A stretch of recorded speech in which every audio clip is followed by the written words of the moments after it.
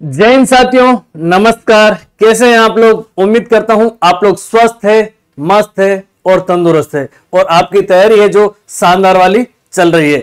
जैसा कि आपको थंबनेल के ऊपर प्रतीत हो रहा है, हम लोग बात करें एनसीईआरटी कक्षा 11 और प्यारे विद्यार्थियों, आज हम लोग पढ़ने जा रहे हैं धर्मनिरपेक्षता। कौन सा अध्याय पढ़ने जा रहे हैं? धर्मनिरपेक्षता। सबसे बड़ी खुशी की बात मेरे लिए यह है कि जो काम मैंने हाथ में लिया था, मैंने आप लोगों से वादा किया था कि मैं आपको एनसीईआरटी कक्षा 11 और 12 राजनीति विज्ञान की चारों किताबें पूरी करवाऊंगा और वो मेरा वादा आज आप लोगों के साथ में पूरा हो गया। कैसे हो गया मैं आप लोगों को बताता हूं कि प्यारे विद्यार्थियों, मैंने आप लोगों से कहा था कि कक्षा 11 और कक्षा 11 में एनसीईआरटी की 2 किताबें चलती है और कक्षा 12 और कक्षा 12 में एनसीईआरटी की 2 किताबें चलती है, यानी कि राजनीति विज्ञान की। कक्षा 11 की बात करें, एक किताब जिसका नाम है आपके भारतीय संविधान सिद्धांत और व्यवहार। भारतीय संविधान सिद्धांत और व्यवहार। एक और किताब उसका नाम है आपके राजनीति सिद्धांत।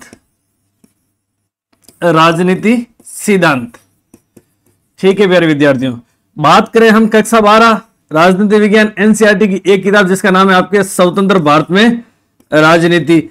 स्वतंत्र भारत में राजनीति। और एक किताब जिसका नाम आपके समकालीन विश्व में राजनीति। समकालीन विश्व में राजनीति। ठीक है प्यारे विद्यार्थियों, अब देखो, इन दोनों कक्षाओं की 2-2 किताबों को हम लोगों ने पीवाईक्यू, एमसीक्यू और व्याख्या के माध्यम से पढ़ा। कैसे पढ़ा? हम लोगों ने पीवाईक्यू प्लस एमसीक्यू और इन दोनों की हम लोगों ने क्या की? व्याख्या। क्या की थी? व्याख्या। और जिससे आप लोगों का क्या हो गया? संपूर्ण रिवीजन। ठीक है प्यारे विद्यार्थियों, अब देखो, आप लोग चाहे कक्षा 11 में पढ़ते हैं चाहे कक्षा 12 में पढ़ते हैं, 11 में पढ़ोगे तो दोनों किताबें आप लोगों को पढ़नी पड़ेगी, भारतीय संविधान सिद्धांत और व्यवहार और राजनीतिक सिद्धांत। कक्षा 12 में पढ़ेंगे तो भी आप दोनों किताबें पढ़नी पड़ेगी। अगर आप लोग तैयारी करते हैं RAS की, अगर आप लोग तैयारी करते हैं IAS की, अगर आप लोग तैयारी करते हैं असिस्टेंट प्रोफेसर की, आप लोग तैयारी करते हैं नेट JRF की, या फिर आप लोग तैयारी करते हैं स्कूल लेक्चरर की, या फिर आप लोग तैयारी करते हैं ग्रेड 2 या फिर करते हैं आप ग्रेड 3 की, यानी कि आप तैयारी करते हैं PGT या फिर आप लोग तैयारी करते हैं TGT की, या फिर अन्य किसी भर्ती परीक्षा की तैयारी करते हैं और उस भर्ती परीक्षा में राजनीति विज्ञान का संबंध है, आप लोगों को प्यारे साथियों एनसीईआरटी पढ़नी ही पड़ेगी। एनसीईआरटी की बात करूं तो 6 से 12 तक की एनसीईआरटी आप लोगों के लिए क्या होती है? रामबाण औषधि होती है। कौन सी औषधि? रामबाण औषधि होती है। तो आप लोग कोई भी भर्ती परीक्षा की तैयारी करें, आप लोगों को आपकी एनसीईआरटी के ऊपर जो कमांड तो मजबूत होनी ही चाहिए। ठीक है प्यारे साथियों, तो आप लोग क्या करना, आप लोग कक्षा 11 के लिए और कक्षा 12 के लिए हमारे चैनल के ऊपर प्ले लिस्ट बनी हुई है। क्या है? प्ले लिस्ट बनी हुई है। चैनल पे जाना और आप लोग सर्च करके वीडियोस देख लेना, आपको क्वालिटी ओरिएंटेड वीडियो देखने को मिलेंगे। और प्यारे साथियों, क्लासेस होने के बाद में इनकी हम लोगों ने अवेलेबल करवाई आपकी क्या? PDF। सर PDF कहां पर मिलेगी? PDF मिलेगी आपको टेलीग्राम चैनल पर। कहां पर मिलेगी? टेलीग्राम चैनल पर। आप PDF के लिए बार बार मैसेज नहीं करें, व्हाट्सएप मैसेज नहीं करें कि सर PDF भेजो। मैं हर किसी को व्हाट्सएप के माध्यम से PDF भेजना प्यारे साथियों पॉसिबल नहीं है। क्या है? पॉसिबल नहीं है। तो आप लोग इस टेलीग्राम को ज्वाइन करना। कौन सा टेलीग्राम? ये है आपके टेलीग्राम चैनल का नाम,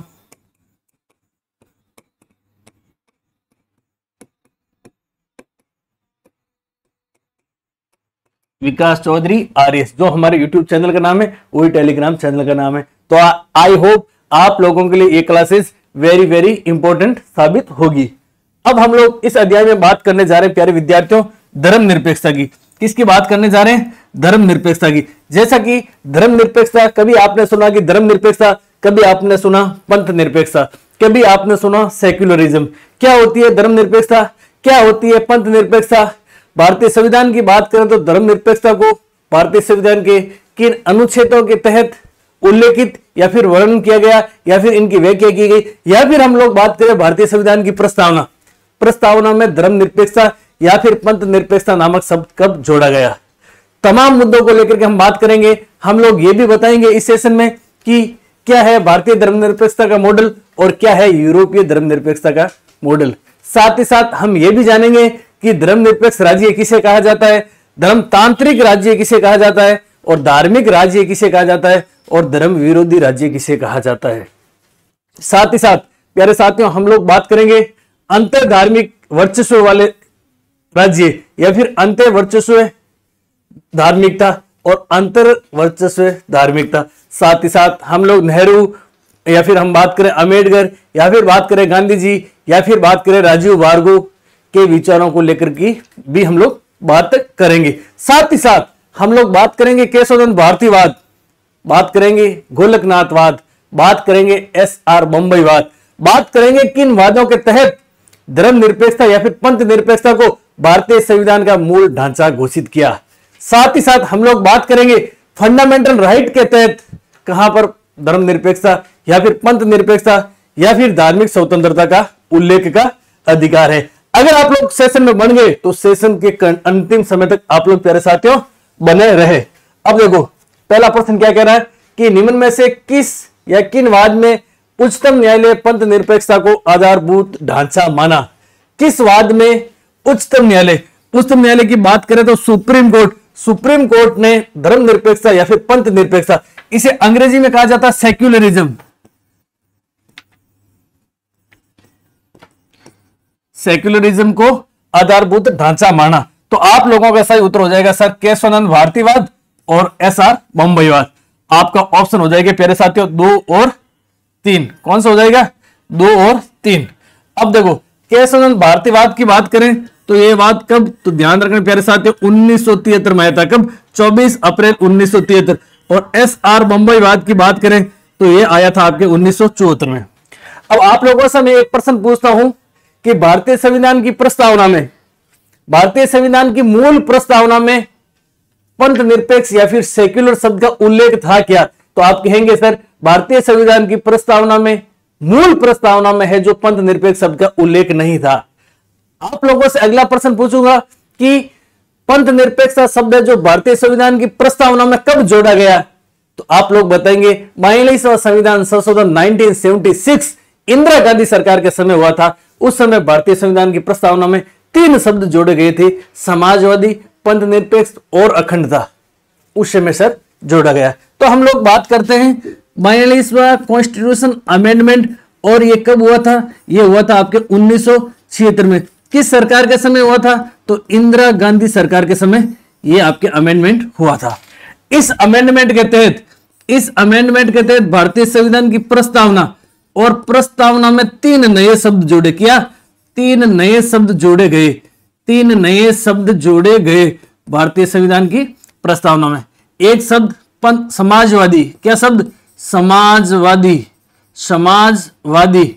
उसके बाद में बात करें पंथ निरपेक्षता, पंथ निरपेक्षता, और उसके बाद में बात करें तो और अखंडता। और कौन सा शब्द जोड़ा? और अखंडता शब्द को जोड़ा गया था। सबसे बड़ी बात यह है कि 1976 में भारतीय संविधान की प्रस्तावना में है जो पंथ निरपेक्षता शब्द जोड़ा गया था, लेकिन इससे पहले 24 अप्रैल 1973 को जो केशवानंद भारतीवाद आया था, उस समय पंथ निरपेक्षता को भारतीय संविधान का मूल ढांचा घोषित कर दिया था। समझ रहे हैं मेरी बात को? बहुत बढ़िया बात है। बहुत अच्छा प्रश्न यहां से निकलेगा कि पंथ निरपेक्षता को भारतीय संविधान की प्रस्तावना में जोड़ने से पहले किस वाद में यह बताया गया कि पंथ निरपेक्षता भारतीय संविधान का मूल ढांचा है? तो किस वाद में? केशवानंद भारतीवाद। और यह वाद कब आया था? यह वाद आया था आपके प्यारे साथियों 24 अप्रैल 1973 को। 24 अप्रैल 24/4। इस वाद की बात करें, अब तक का सबसे बड़ा संवैधानिक पीठ, यानी कि संविधान की सबसे बड़ी पीठ कब बैठी थी? 24 अप्रैल 1973 को निर्णय सुनाया था। 24 अप्रैल की बात करें तो 24 अप्रैल को ही मनाया जाता है आपके पंचायती राज दिवस।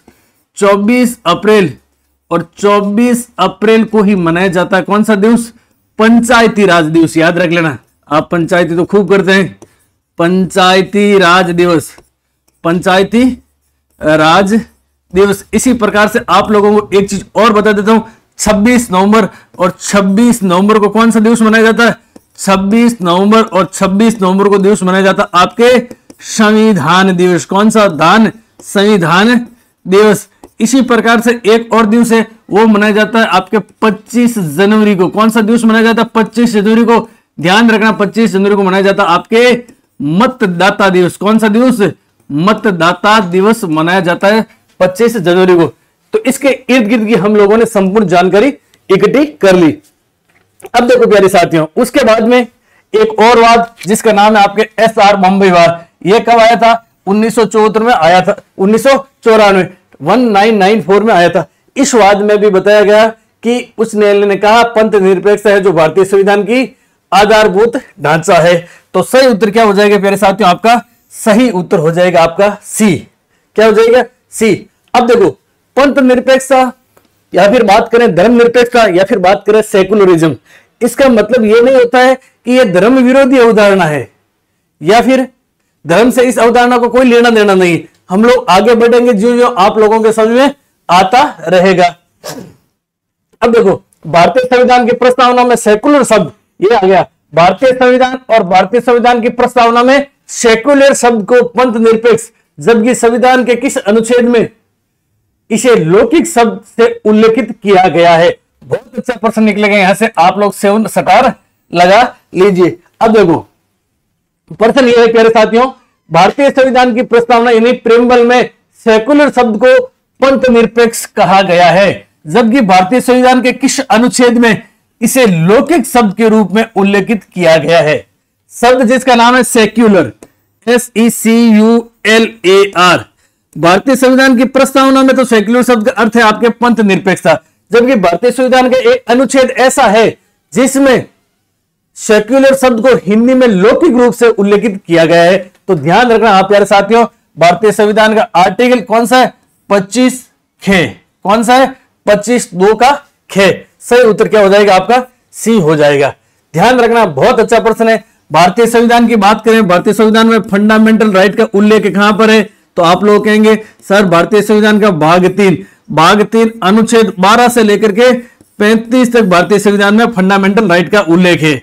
हम लोग बात करें सर धार्मिक स्वतंत्रता का अधिकार कहां पर है? तो धार्मिक स्वतंत्रता के अधिकार की बात करें, धार्मिक स्वतंत्रता के अधिकार की बात करें, धार्मिक स्वतंत्रता के अधिकार की बात करें तो अधिकार कहां पर है? तो ध्यान रखना प्यारे साथियों, अनुच्छेद 25 से लेकर के 28 तक। लगे हाथ आप लोगों को बता दूं कि अल्पसंख्यकों के धार्मिक, शिक्षा और संस्कृति संबंधी अधिकार की बात करें तो अनुच्छेद 29 और 30 में इसका उल्लेख है। आगे देखिए, निम्न में से कौन सी शब्दावली राजीव गांधी नहीं है ना, राजीव भार्गव की नहीं है। निम्नलिखित में से कौन सी शब्दावली राजीव भार्गव साहब ने भारतीय धर्मनिरपेक्षता या फिर बात करें यूरोपीय धर्मनिरपेक्षता के ऊपर बहुत कुछ लिखा। उन्होंने कहा व्यक्तिवादी और पृथकता की दीवार या फिर थीसिस किसकी है? राजीव भार्गव की है। उसूली फासला या फिर सैद्धांतिक अलगाव की शब्दावली किसकी है? राजीव भार्गव की है। सभी धर्मों द्वारा राज्य का समान संरक्षण, ये आपके शब्दावली किसकी है? राजीव भार्गव की नहीं है। तो सर ये शब्दावली किसकी है? राज्य द्वारा सभी धर्मों को समान संरक्षण, ये थोड़ा इसमें सही नहीं लिखा हुआ है। सभी धर्मों द्वारा राज्य को समान संरक्षण नहीं है, राज्य द्वारा सभी धर्मों को समान संरक्षण। ध्यान रखना आप, राज्य द्वारा सभी धर्मों और राज्य द्वारा सभी धर्मों को समान संरक्षण और सम्मान संरक्षण की बात किसने कही थी? तो ध्यान रखना, भारत के प्रथम प्रधानमंत्री, और प्रधानमंत्री कौन थे? नेहरू जी, पंडित जवाहरलाल नेहरू जी ने ऐसी बात कही थी कि राज्य द्वारा सभी धर्मों को सम्मान संरक्षण दिया जाएगा। आप लोग भूलना मत, ये सीधा सीधा प्रश्न आएगा। मत पत्र, डेड फॉर्मूला या राजनीतिक चालबाजी का हथियार, ये शब्दावली किसकी है? राजीव भार्गव की है। तो सही उत्तर क्या हो जाएगा प्यारे साथियों? आपका सही उत्तर हो जाएगा सी, सी फॉर केट। आगे देखिए, कथन और कारण वाला प्रश्न आ गया। कौन सा प्रश्न आ गया? कथन और कारण वाला प्रश्न आ गया। कथन और कारण वाला प्रश्न तो होता है आपके काजू बादाम जैसा, बहुत ही इजी प्रश्न होता है। कथन क्या कह रहा है? कथन कह रहा है कि भारतीय संविधान और संविधान में अनुच्छेद 29 व अनुच्छेद 30 धार्मिक व भाषाई अल्पसंख्यकों के लिए विशेष व्यवहार का निर्वचन करते हैं। भाषाई, लिपि या फिर संस्कृति की बात करते हैं अनुच्छेद 29 में। ठीक है प्यारे विद्यार्थियों, ये बात क्या सही है? ये बात बिल्कुल आपकी क्या है? सही है। आप लोग बेयर एक्ट को उठा करके पढ़ सकते हैं, बेयर एक्ट को देख सकते हैं। बेयर एक्ट में जाएंगे, भारतीय संविधान का आर्टिकल 29 और अनुच्छेद 30 किससे संबंधित है? तो भाषाई अल्पसंख्यकों से संबंधित है। अब आप लोगों के मन में आ रहा सर अल्पसंख्यक क्या होते हैं? What do you mean by minorities? अल्पसंख्यकों से आप क्या समझते हैं?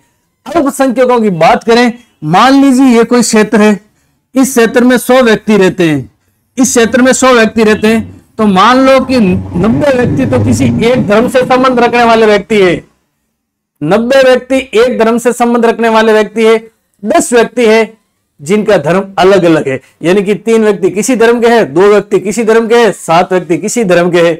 उस मामले में जो 90% लोग होंगे ना, वो होंगे आपके बहुसंख्यक। बहुसंख्यक, बहु का नाम आते आपके चेहरे पे क्या आती है? खुशी आती है। बहुसंख्यक, बहुसंख्यक है 90%। बाकी जो बाकी वाले कम है वो क्या है? उस क्षेत्र में अल्पसंख्यक। ठीक है सर, ये बात तो आपके सही है, यानी कि कथन तो सही है। कारण की बात करें, भारतीय संविधान समूह आधारित अधिकारों के प्रति संवेदनशील है। भारतीय संविधान समूह आधारित अधिकारों के प्रति संवेदनशील है, ये बात भी सही है। यानी कि बातें दोनों सही है, तो हो जाएंगे आपके दोनों कथन सही है। अनुच्छेद 29 और 30 एक बार आप पढ़ लेना। अनुच्छेद 29 और अनुच्छेद 30 एक बार आप पढ़ लेना, और हो सके तो कमेंट बॉक्स में छाप देना, क्योंकि यहां से आपके सीधा सीधा क्या आएगा? सीधा सीधा प्रश्न आएगा। आगे देखिए, सभी धर्मनिरपेक्ष राज्यों में कौन सी बात सामान्य है? बहुत अच्छा प्रश्न है। सभी धर्मनिरपेक्ष यानी सेकुलरिज्म स्टेट की बात करें तो कौन सी बात सामान्य है? वह धर्मतांत्रिक है। यानी कि वो धर्मनिरपेक्ष राज्य है। धर्मतांत्रिक होते हैं क्या? नहीं होते सर। ये तो आपका क्या हो जाएगा? गलत हो जाएगा। ये गलत होगा तो उपयुक्त सभी भी गलत हो जाएगा। अब आपके पास में केवल 2 ऑप्शन बचे हैं। वे किसी खास धर्म की स्थापना करते हैं। सर वो किसी खास धर्म की स्थापना करेंगे तो वो तो हो जाएंगे आपके धार्मिक राज्य। क्या हो जाएंगे? धार्मिक राज्य हो जाएंगे। ठीक है सर, तो फिर बाकी पीछे बचा सी, पढ़ो भी मत भले। वे न तो धर्मतांत्रिक है न किसी खास धर्म की स्थापना करते, यानी ऐसा राज्य जो सभी धर्मों को समान संरक्षण देता है। यानी कि मनुष्य की जो इच्छा है वो उस धर्म को मानो। जैसे कि हम लोग बात करें भारत की, तो भारत क्या है? एक धर्मनिरपेक्ष राज्य है। आपके मन में आ रहा सर भारत तो एक देश है। बिल्कुल भारत एक देश है, लेकिन अगर हम लोग बात करें राजनीतिक विज्ञान की शब्दावली से तो भारत एक राज्य है। क्योंकि राज्य किसे कहा जाता है? जिसके पास में एक निश्चित सरकार होती है, जिसके पास में एक निश्चित भूभाग होता है, जिसके पास में एक निश्चित जनसंख्या होती है और जिसके पास में एक निश्चित संप्रभुता होती है। तो आपके मन में आ रहा सर फिर राजस्थान राज्य नहीं है? नहीं है राजस्थान राज्य। राजनीति विज्ञान की शब्दावली में हम लोग बात करें तो राजस्थान एक प्रांत या फिर प्रदेश है। क्योंकि राजस्थान के पास में एक निश्चित सरकार है। बिल्कुल अभी वर्तमान समय में किसकी सरकार है? भजन लाल जी की है। निश्चित सरकार है, निश्चित जनसंख्या है, निश्चित भूभाग है। संप्रभुता की बात करें, आंतरिक संप्रभु है राजस्थान, लेकिन बाहरी रूप से भारत, और भारत की बात करें तो एनडीए की सरकार पर निर्भर है। तो राजस्थान राजनीतिक शब्दावली की भाषा में एक राज्य है। नहीं, राज्य नहीं है, क्या है? प्रदेश या फिर प्रांत है। जबकि भारत क्या है? भारत एक राज्य है। वह न तो धर्मतांत्रिक है न किसी खास धर्म की स्थापना पर बल देते हैं। ऐसे राज्यों को सर कहा जाता है धर्मनिरपेक्ष राज्य। आप लोगों का सही उत्तर क्या हो जाएगा? सही उत्तर हो जाएगा सी। अगला प्रश्न देखिए, निम्नलिखित में से कौन सी बात धर्मनिरपेक्षता के विचार से संगत है? धर्मनिरपेक्षता के विचार, कौन सी बात है जो धर्मनिरपेक्षता सेक्युलरिज्म के विचार से संगत है, यानी कि साम्य रखती है? किसी धर्म को राज्य के धर्म के रूप में मान्यता देना, किसी धर्म को राज्य के धर्म के रूप में मान्यता देना तो हो जाएगा आपके राज धर्म। क्या हो जाएगा? राज धर्म, यानी कि उस राज्य का वो राज धर्म है, यानी कि राज्य का धर्म है। ये तो धर्मनिरपेक्षता से संबंधित नहीं है। राज्य द्वारा किसी खास धर्म के साथ में गठजोड़ करना, राज्य किसी खास धर्म के साथ में कर लेगा आपके गठजोड़। क्या कर लेगा? गठजोड़। तो फिर वो आपके नहीं रहेगा धर्मनिरपेक्ष राज्य। गठजोड़, या फिर हम लोग बात करें गठबंधन, गठबंधन तो क्या होता है? गठबंधन, गठजोड़ या फिर गठबंधन की बात करें ना, अपने स्वार्थ पूर्ति के लिए या फिर अपने साझे हितों की पूर्ति के लिए एकत्रित होना गठबंधन कहलाता है। गठबंधन या फिर गठजोड़ की बात आ गई तो मैं आप लोगों से 3 प्रश्न पूछूंगा। एक गठबंधन है जिसका नाम है आपके यूपीए, एक गठबंधन है जिसका नाम है आपके एनडीए, और एक गठबंधन है जिसका नाम है आपके INDIA। इन तीनों के बारे में, तीनों की फुल फॉर्म आप लोगों को बतानी है और उसके बाद में इन तीनों की स्थापना या फिर गठन कब हुआ था आप लोगों को बताना है। अरे गठबंधन आप भी अपने स्तर से कर सकते हैं। मान लो आप अपने साझे हितों की पूर्ति के लिए मिलकर कोई काम करते हैं ना, उसे गठबंधन कहा जाता है। ऑप्शन सी में है सरकार द्वारा धार्मिक संस्थाओं की प्रबंध समितियों की नियुक्ति करना, यह धर्मनिरपेक्ष राज्य से संबंध नहीं है। किसी धार्मिक समूह पर दूसरे समूह का वर्चस्व नहीं होना, धर्मनिरपेक्षता में होता है किसी धार्मिक समूह पर दूसरे समूह का वर्चस्व नहीं होना। जैसे कि भारत एक धर्मनिरपेक्ष राज्य है। भारत में ये आपके हिंदू, मुस्लिम, बौद्ध, सिख, ईसाई, जैन, पारसी और नाना प्रकार के अपन कह सकते हैं कि अनेक धर्म के लोग रहते हैं। ठीक है प्यारे विद्यार्थियों, अब देखना किसी धार्मिक समूह में, यानी ये धार्मिक समूह वाले लोग रहते हैं, दूसरे समूह का वर्चस्व नहीं होना। यह नहीं है कि हिंदू धर्म के लोग मुस्लिम के ऊपर अत्याचार करें, या फिर मुस्लिम हिंदुओं के ऊपर अत्याचार करे, या फिर मुस्लिम सिखों के ऊपर अत्याचार करे, या फिर सिख बौद्धों के ऊपर अत्याचार करे, या फिर बौद्ध जैनों के ऊपर अत्याचार करे। यानी एक धार्मिक समूह द्वारा दूसरे धार्मिक समूह के ऊपर कोई इंटरफेयर नहीं करना, वो होता है आपके अंतर धार्मिक वर्चस्व। देखिए, एक होता है आपके अंतर्धार्मिक वर्चस्ववाद, अंतर्धार्मिक वर्चस्ववाद, और एक होता है प्यारे साथियों आपके अंतर्धार्मिक वर्चस्ववाद। अब देखो, बहुत अच्छी शब्दावलियां हैं आपके एग्जाम के पॉइंट ऑफ व्यू से, आपके एग्जाम में अक्सर आती है। अंतर्धार्मिक वर्चस्ववाद की बात करें तो ये आपके एक धार्मिक समूह है। मान लीजिए कि हिंदू धर्म की बात कर रहे हैं अपन, इस हिंदू धर्म में अंतर्धार्मिक वर्चस्ववाद की बात करें तो हिंदू धर्म आगे कई अनेक संप्रदायों में विभाजित है। मैं आपको केवल समझाने की दृष्टि से कह रहा हूं, हिंदू धर्म कई संप्रदायों में विभाजित है। कई संप्रदाय अपने आप को इसी हिंदू धर्म में होते हुए भी उच्च मानते हैं, जबकि दूसरों को निम्न मानते हैं। उसे कहा जाता है अंतर्धार्मिक। मानते या नहीं मानते वो अलग बात है, लेकिन अपन समझने के लिए या फिर इस शब्दावली का अर्थ यह होता है। अंतर्धार्मिक वर्चस्ववाद की बात करें, हिंदू धर्म अपने आप को दूसरे धर्मों से विशिष्ट मानता है जैसे, तो वो हो गया अंतर्धार्मिक। या फिर अपन बात करें जैन धर्म बौद्ध धर्म से अपने आप को उच्च मानता है, विशिष्ट मानता है, वो हो गया अंतर्धार्मिक वर्चस्ववाद। यानी अंतर्धार्मिक में तो दो धर्म आ जाएंगे अलग अलग, एक धर्म ए और दूसरा धर्म बी, दोनों के मध्य क्या होता है? वर्चस्ववाद होता है। अपन कह सकते हैं बड़ा बड़ी होती है कि मैं बड़ा तू छोटा, मैं बड़ा तू छोटा, वो हो गया अंतर्धार्मिक। अंतर्धार्मिक की बात करें, एक ही समूह है, जैसे कि ए नाम का धर्म का समूह है और इस ए नाम के धार्मिक समूह में और अन्य कोई आगे संप्रदायों में बंटा हुआ है, और एक संप्रदाय दूसरे संप्रदाय को निम्न मानता है, दूसरा संप्रदाय उस संप्रदाय को निम्न मानता है। समझ गए ना मेरी बात को? आशा और अपेक्षा करता हूं कि आपको इजी वे में समझ में आ गया होगा। आपका इस प्रश्न में सही उत्तर हो जाएगा आपके ऑप्शन डी। कौन सा ऑप्शन हो जाएगा? डी। अब देखो प्यारे साथियों, समानता के मुख्य लक्षण क्या है? समानता, यहां बात किसकी आती है? समानता की। समानता की बात करें तो इक्वेलिटी, इक्वेलिटी की बात आती है। समानता की बात आती है तो भारतीय संविधान में समानता का अधिकार का उल्लेख कहां पर है? जैसा कि आप लोग जानते हैं, भारतीय संविधान, और भारतीय संविधान की बात करें ना तो भारतीय संविधान और भारतीय संविधान की बात करें तो भारतीय संविधान में आपके 22 तो क्या है? भाग है। कितने भाग है? 22 भाग है। 395 क्या है? अनुसूचियां है। क्या है? अनुसूचियां है। क्या है? अनुसूचियां है। जबकि हम लोग बात करें अनुसूचियां नहीं, अनुच्छेद है। क्या है? अनुच्छेद। 395 क्या है? अनुच्छेद है। यानी कि अपन कह सकते हैं क्या है? आर्टिकल है। क्या है? आर्टिकल है। अनुच्छेद है। 395 क्या है? अनुच्छेद है। अनुच्छेद है। क्या है? अनुच्छेद है। अब ध्यान रखना 395 क्या है? अनुच्छेद, न कि अनुसूची। अनुसूचियां तो कितनी है? 12। 12 क्या है?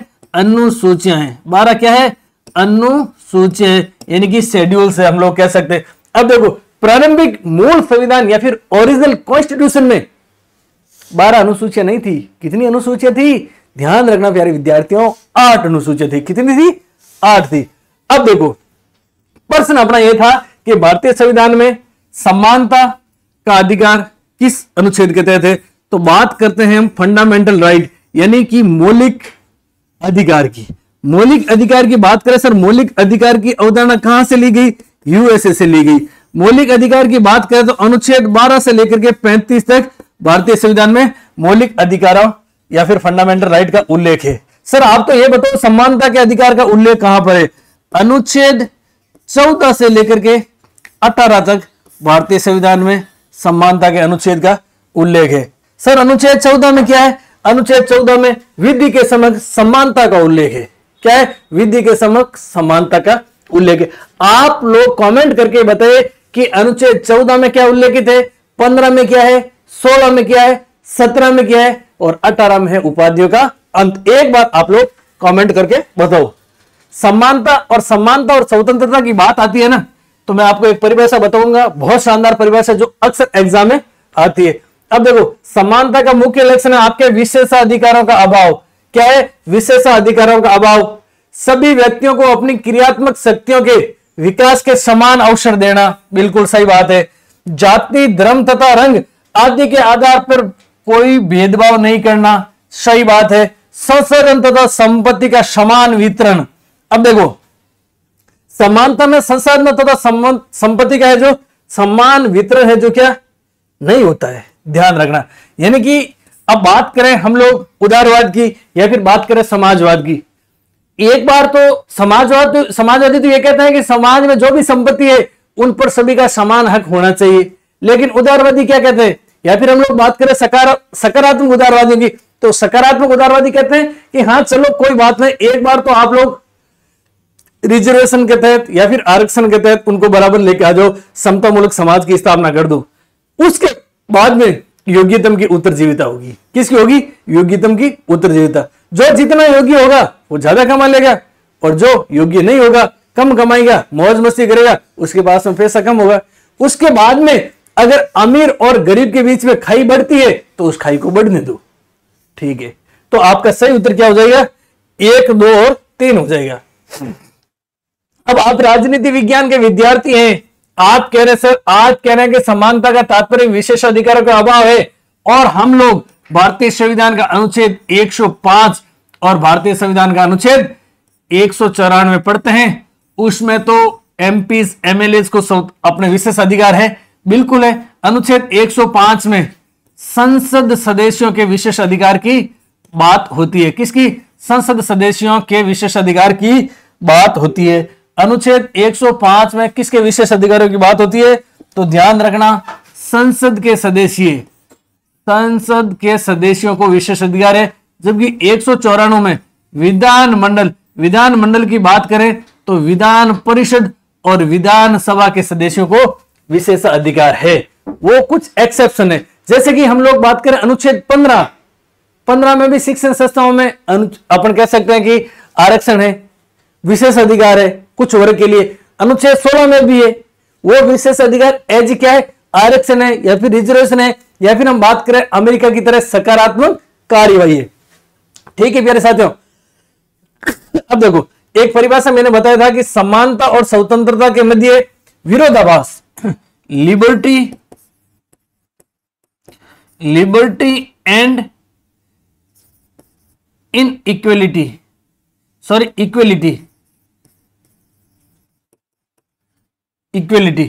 इन दोनों के मध्य एक विरोधाभास वाली परिभाषा देते हैं, और परिभाषा देते हैं आपके लॉर्ड एक्टन साहब। कौन देते हैं? लॉर्ड एक्टन साहब देते हैं। ये कहते हैं कि स्वतंत्रता और समानता में इतना विरोधाभास है जितना विरोधाभास सास और बहू में होता है। अब कितना होता मुझे तो पता नहीं, सास और बहू में कितना विरोधाभास है, उतना ये कह रहे हैं आपके लॉर्ड एक्टन साहब कि स्वतंत्रता और समानता में विरोधाभास होता है। यानी कि स्वतंत्रता मुख्य गेट से बाहर अंदर आती है तो समानता बाहर निकल जाती है, और समानता अगर मुख्य गेट से बाहर आती है तो स्वतंत्रता खिड़की से बाहर निकल जाती है। जिस प्रकार से सास मुख्य गेट से अंदर आती है और बहू पिछले गेट से बाहर निकल जाती है, खिड़की से नहीं निकलती है, ध्यान रखना, वो भाग जाती है, टूट जाती है। वो महिला है तो वो तो निकलेगी कहां से? अपने गेट से निकलेगी। मैं आपको याद करवाने के लिए कह रहा हूं, मैंने नहीं कहा, ऐसी बात लॉर्ड एक्टन साहब ने कही है ना। किसने कही? लॉर्ड एक्टन साहब ने कही थी। अगला प्रश्न देखिए, प्राचीन भारतीय राजनीतिक चिंतकों के अनुसार धर्म का अर्थ क्या है? प्राचीन भारतीय राजनीतिक चिंतकों के अनुसार धर्म का अर्थ है आपके कर्तव्य, अपने कर्तव्यों का पालन करना, ड्यूटीज। जैसे कि आप लोग जानते हैं माता पिता की सेवा करना क्या है? आपका कर्तव्य है, आपका धर्म है। अब कई बच्चे नहीं करते हैं तो नहीं करते हैं, माता पिता का कहना नहीं मानते हैं तो नहीं मानते, अपन क्या कर सकते हैं। लेकिन प्राचीन समय में ऐसा कहा जाता था कि माता पिता की सेवा करना अपना धर्म है। प्राचीन समय में क्या सर अभी भी कहा जाता है?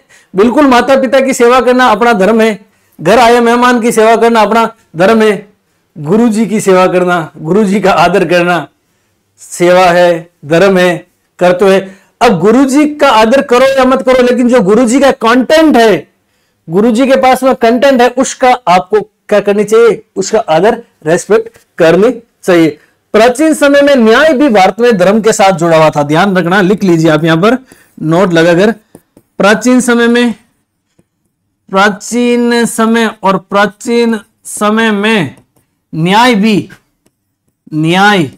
न्याय भी किसके साथ जुड़ा हुआ? न्याय भी धर्म के साथ जुड़ा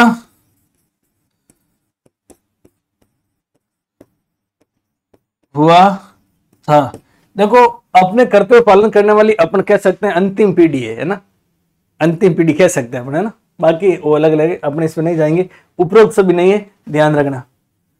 आगे देखिए, भारत का संविधान मान्यता प्रदान करता है, किसे क्या मान्यता प्रदान करता है? तो ध्यान रखना, धार्मिक और भाषाई अल्पसंख्यकों को। अनुच्छेद 29 और 30, अनुच्छेद 29 और 30 किससे संबंधित है? धार्मिक और भाषाई अल्पसंख्यकों से संबंधित। धार्मिक व भाषाई अल्पसंख्यक,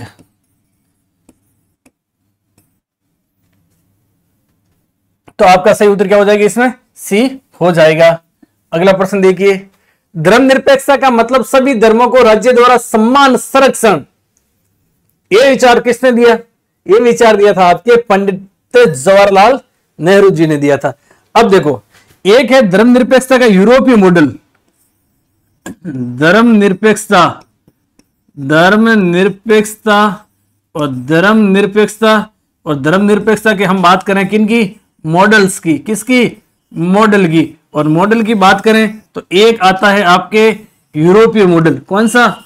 यूरोपीय मॉडल, या फिर अपन कह सकते हैं पश्चिमी मॉडल। कौन सा मॉडल है? पश्चिमी मॉडल। और एक मॉडल की बात करें तो है आपके कौन सा मॉडल? भारतीय मॉडल। अब देखो, हल्की हल्की इसमें दोनों में अपन क्या करते हैं? अंतर देखते हैं। यूरोपीय मॉडल की बात करें ना, ये भी धर्मनिरपेक्षता का मॉडल है और भारतीय मॉडल भी धर्मनिरपेक्षता का मॉडल है। लेकिन ध्यान रखना प्यारे साथियों, यूरोपीय मॉडल में क्या होता है, यूरोपीय मॉडल में राज्य धर्म के मामले में बिल्कुल भी हस्तक्षेप नहीं करता है। अगर दो धर्मों के लोग आपस में लड़े तो उनको लड़ने दो, प्रेम से रहे तो उनको रहने दो। राज्य कहता है कि हमारे को धर्म के मामले में बिल्कुल भी हस्तक्षेप नहीं करना, हम तटस्थ है।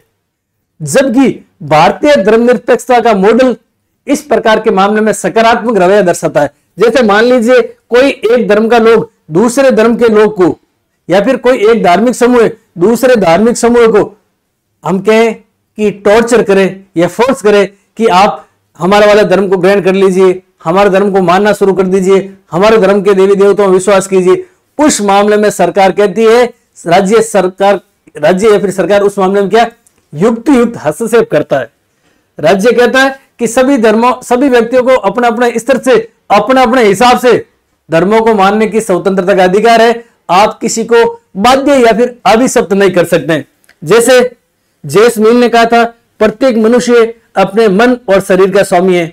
इसी प्रकार से जीन पॉल सार्त्रे ने कहा था, प्रत्येक मनुष्य का अपना स्वयं का अस्तित्व होता है। मनुष्य कोई गोभी का फूल या मटर या फिर भिंडी नहीं है कि उसको जिस प्रकार से चाहे काट ले, सब्जी बना ले और खा ले। तो प्रत्येक मनुष्य प्रत्येक नागरिकों को अपने अपने स्तर से धर्मों को मानने का अधिकार है। अगर मान लो कोई धार्मिक समूह या फिर कोई दूसरे धर्म का व्यक्ति दूसरे धर्म में अगर कुछ इंटरफेयर करता है तो उस मामले में राज्य क्या करता है, युक्त हस्तक्षेप करता है। इसे कहा जाता है सम्मान दूरी का सिद्धांत। क्या कहा जाता है, सम्मान दूरी, या फिर अपन कह सकते हैं सम्मान दूरी, या फिर हम कह सकते हैं असूली फासले का सिद्धांत।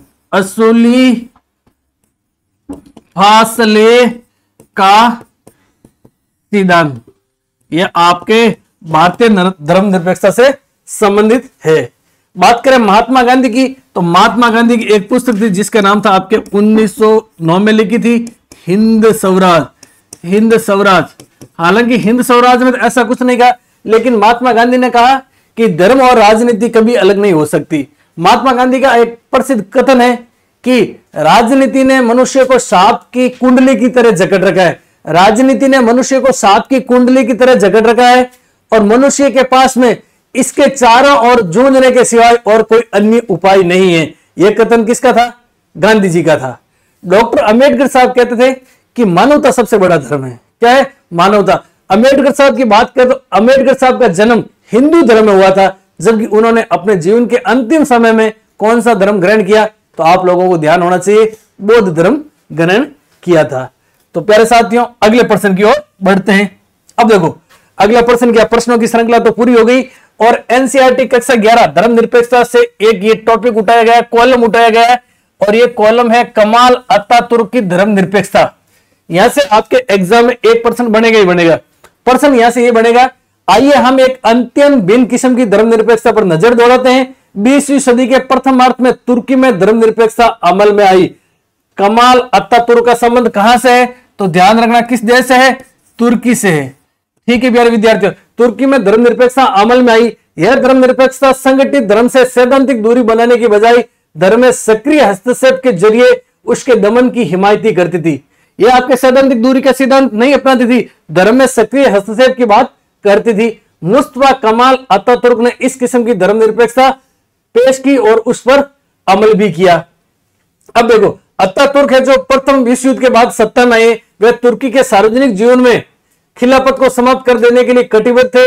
वे मानते थे कि परंपरागत सोच विचार और अभिव्यक्तियों से नाता तोड़े बगैर तुर्की को उसकी दुखद स्थिति से नहीं उबारा जा सकता है। यानी कि कमाल अतातुर्क तुर्की को वर्तमान समय की तत्कालीन परिस्थिति यानी दुखी स्थिति से उबारना चाहते थे और उस दुखी स्थिति से उबारने के लिए उन्होंने कहा कि जो परंपरागत सोच और विचार है उससे नाता तोड़ना पड़ेगा। उन्होंने तुर्की को आधुनिक और धर्मनिरपेक्ष बनाने के लिए आक्रामक ढंग से कदम उठाए। उन्होंने खुद अपना नाम मुस्तफा कमाल पाशा से बदलकर कमाल अतातुर्क कर दिया। अब आपके प्रश्न आ सकता है कि कमाल अतातुर्क का वास्तविक नाम क्या था, तो मुस्तफा कमाल पाशा। मुस्तफा कमाल पाशा ये आपके कमाल अतातुर्क का क्या था, ओरिजिनल या फिर वास्तविक नाम था। क्या था, मुस्तफा कमाल पाशा। पासा आप वो लिख लो भले, क्या फर्क पड़ता है ना। इसको ऐसे लिख लेते, सह से सड़क, सह से सड़क तो मैंने लिखा, अपन लिखेंगे सह से शक्कर, क्या लिखेंगे, ये आपके पाशा। अत्तातुर्क का अर्थ होता है तुर्कों का पिता। देखो अत्तातुर्क और अत्तातुर्क का अर्थ क्या होता है, अत्तातुर्क और अत्तातुर्क का अर्थ होता है प्यारे साथियों तुर्कों का पिता। क्या होता है, तुर्कों का पिता। आपके प्रश्न आएगा क्या, तुर्कों का पिता किसे कहा जाता है, तो अत्तातुर्क को कहा जाता है। हेड कानून के जरिए मुसलमानों द्वारा पहनी जाने वाली परंपरागत फेज टोपी को प्रतिबंधित कर दिया, किसने किया, अत्तातुर्क ने किया। स्त्रियों पुरुषों के लिए पश्चिमी पोशाकों को बढ़ावा दिया। तुर्की पंचाग की जगह पश्चिमी ग्रेगोरियन पंचाग लाया और 1928 में नई तुर्की वर्णमाला को संशोधित कर लैटिन रूप में अपनाया। किसने, कमाल अत्तातुर्क ने।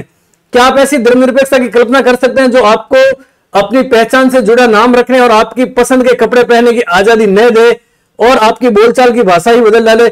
आपके ख्याल से अत्तातुर्क की धर्मनिरपेक्षता भारतीय धर्मनिरपेक्षता से किन मायनों में भिन्न है? 2-3 यहां से छोटे छोटे प्रश्न बनेंगे, वन लाइन वाले, आप देख लेना। आगे देखो, धर्मनिरपेक्षता के बारे में नेहरू जी के विचार। नेहरू जी ने क्या कहा, राज्य धर्म को समान संरक्षण देगा। नेहरू जी के विचार क्या थे? नेहरू जी बड़े ही, देखिए जब किसी विद्यार्थी ने नेहरू जी से यह बताने को कहा कि आजाद भारत में धर्मनिरपेक्षता का क्या मतलब होगा, तो उन्होंने ऐसा जवाब दिया कि सभी धर्मों को राज्य द्वारा सम्मान संरक्षण। यहां से आपके प्रश्न बनेगा, सभी राज्यों को, सभी धर्मों को राज्य द्वारा सम्मान संरक्षण। वे ऐसा धर्मनिरपेक्ष राष्ट्र चाहते थे जो सभी धर्मों की हिफाजत करे, अन्य धर्मों की कीमत पर किसी एक धर्म की तरफदारी न करे और खुद किसी धर्म को राज्य धर्म के बेतौर स्वीकार न करे। नेहरू भारतीय धर्मनिरपेक्षता के बहुत बड़े दार्शनिक थे। नेहरू जी से आपके धर्मनिरपेक्षता में 1% आएगा ही आएगा। नेहरू स्वयं किसी धर्म का अनुसरण नहीं करते थे, वह ईश्वर में उनका विश्वास नहीं था।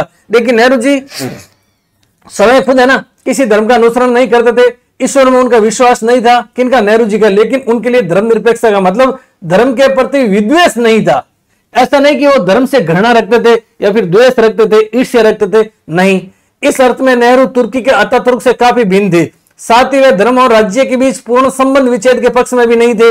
उनके विचार के अनुसार समाज में सुधार के लिए धर्मनिरपेक्ष राज्य सत्ता धर्म के मामले में हस्तक्षेप कर सकती है। जातीय भेदभाव, दहेज प्रथा और सती प्रथा की समाप्ति के लिए कानून बनवाने तथा देश की महिलाओं को कानूनी अधिकार और सामाजिक स्वतंत्रता मुहैया करवाने में नेहरू जी ने खुद महत्वपूर्ण भूमिका निभाई। अनेक मामलों में वे लचीला होने को तत्पर रहते थे, मगर यही एक चीज ऐसी थी जिस पर वे हमेशा दृढ़ और समझौताहीन बने रहे। उनके लिए धर्मनिरपेक्षता का मतलब था तमाम किस्म की सांप्रदायिकता का पूर्ण विरोध, बहुसंख्यक समुदाय की सांप्रदायिकता की आलोचना में वे खास तौर पर कठोरता बरतते थे, लेकिन इससे राष्ट्रीय एकता पर खतरा उत्पन्न होता था। उनके लिए धर्मनिरपेक्षता सिद्धांत का समता पर मामला पर नहीं था, वह भारत की एकता और अखंडता की एकमात्र गारंटी भी था। तो नेहरू जी से 1% आएगा ही आएगा।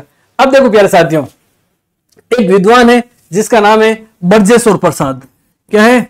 बर्जेश्वर प्रसाद। बर्जेश्वर प्रसाद ने, ध्यान रखना, संविधान सभा जिसने संविधान का निर्माण किया, और संविधान का निर्माण करने में 2 वर्ष 11 माह और 18 दिन लगे। तारीख है आपके 17 अक्टूबर 1949 को। संविधान सभा में वाद विवाद चल रहा था, तो वैसा बर्जेश्वर प्रसाद जी ने कहा कि प्रस्तावना में पंथ निरपेक्षता को शामिल करना चाहिए। पंथ निरपेक्षता को शामिल करना चाहिए। ये पंथ निरपेक्षता को शामिल करने के लिए बर्जेश्वर प्रसाद जी ने पुरजोर तरीके से समर्थन किया, लेकिन उस समय पंथ निरपेक्षता को भारतीय संविधान की प्रस्तावना में शामिल नहीं किया। समय आगे बढ़ता है और समय आता है 1976। बर्जेश्वर प्रसाद की बात वापस से सुनी जाती है और संविधान के अंदर अपन कह सकते हैं 42 कॉन्स्टिट्यूशन अमेंडमेंट होता है और 3 नए शब्द प्रस्तावना में जोड़े जाते हैं, जिसमें से एक शब्द था आपके पंथ निरपेक्षता। तो पंथ निरपेक्षता का अध्याय प्यारे साथियों हो गया क्या? पूरा। अब आप लोगों से मैं पूछूंगा टॉप 5 प्रश्न जो इस लेसन यानी इस सेशन यानी कि इस धर्मनिरपेक्षता वाले अध्याय से आते हैं, और ये टॉप 5 प्रश्न आपको हर एक एग्जाम को छोड़ करके दूसरे एग्जाम में देखने को मिलेंगे। अब देखो प्रश्न ये है, सभी धर्मों को राज्य द्वारा सम्मान संरक्षण कथन किसका है? वेरी इंपॉर्टेंट कथन है, आप लोगों को बताना है कमेंट के माध्यम से। अंतरधार्मिक वर्चस्ववाद एवं अंतरधार्मिक वर्चस्ववाद क्या होता है, आप लोगों को कमेंट करके बताना है। धर्म एक अफीम है, यानी धर्म एक ओपियम की तरह है। अफीम आप लोग लेते हैं ना, मुझे नहीं पता लेते या नहीं लेते हैं, अल्लम कहते हैं या फिर डोडे, ओपियम, सोमनीफेरम ओपियम, जो भी उसका फैमिली कुल वगैरह, ठीक है, उसकी तरह है। ये बात किसने कही थी, आप लोगों को बताना है। भारतीय संविधान में मूल अधिकारों के तहत धार्मिक स्वतंत्रता के अधिकार का उल्लेख कहां पर है? उसके बाद में कमाल अतातुर्क तुर्कों का पिता, जिसका वास्तविक नाम क्या है? अब प्यारे विद्यार्थियों, इन प्रश्नों के उत्तर आप लोगों को बताने हैं। दोनों कक्षाओं, कक्षा 11 और कक्षा 12 की राजनीति विज्ञान की एनसीईआरटी मैंने अपने स्तर से अच्छे ढंग से करवाने की कोशिश की। आप लोग हमारे चैनल पर विजिट करके प्ले लिस्ट में आसानी से देख सकते हैं और आप टेलीग्राम ज्वाइन करके पीडीएफ भी प्राप्त कर सकते हैं। हमारे टेलीग्राम चैनल का नाम है प्यारे साथियों VIKAS CHOUDHARYRES, ये है आपके टेलीग्राम चैनल। एक बार मैं पुनः आपसे अनुरोध करता हूं कि आप लोगों को एनसीईआरटी पर कमांड मजबूत करनी अति आवश्यकता है। चाहे बात हम करें सिविल सर्विसेज की या फिर हम लोग बात करें अदर भर्तियों की, एनसीईआरटी पढ़ना अति आवश्यक है, क्योंकि NCERT as a ramban aushadhi, as a brahmastra, as a milestone और एज ए डाइजेस्टर से कम नहीं है। तो आशा और अपेक्षा करता हूं कि आपके ये एनसीईआरटी की जो सीरीज थी अति महत्वपूर्ण साबित होगी। इसी के साथ जय हिंद, जय संविधान, जय भारत साथियों।